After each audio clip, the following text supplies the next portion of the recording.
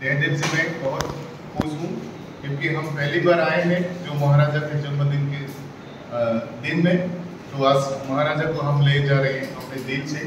तो हम सोचते हैं कि जो हमारा जो रिलेशन था, तो आज ये बहुत पहले से ज़्यादा मजबूत हुआ।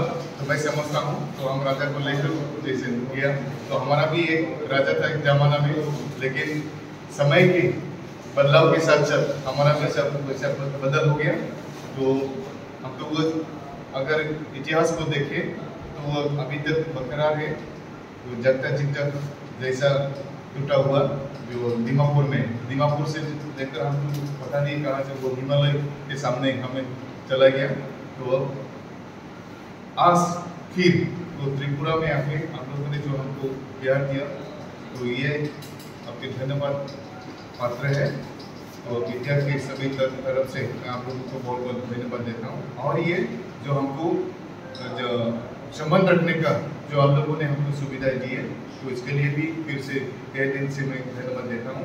तो आशा करता हूँ कि आने वाले दिनों में हम सब एक होकर हमारे जो समस्याएं हैं तो उसी को हम नेशनल और इंटरनेशनल लेवल पे ताकि हम ला सकें, बदलाव सकें। तो हमारा जो सोच है एक ही है।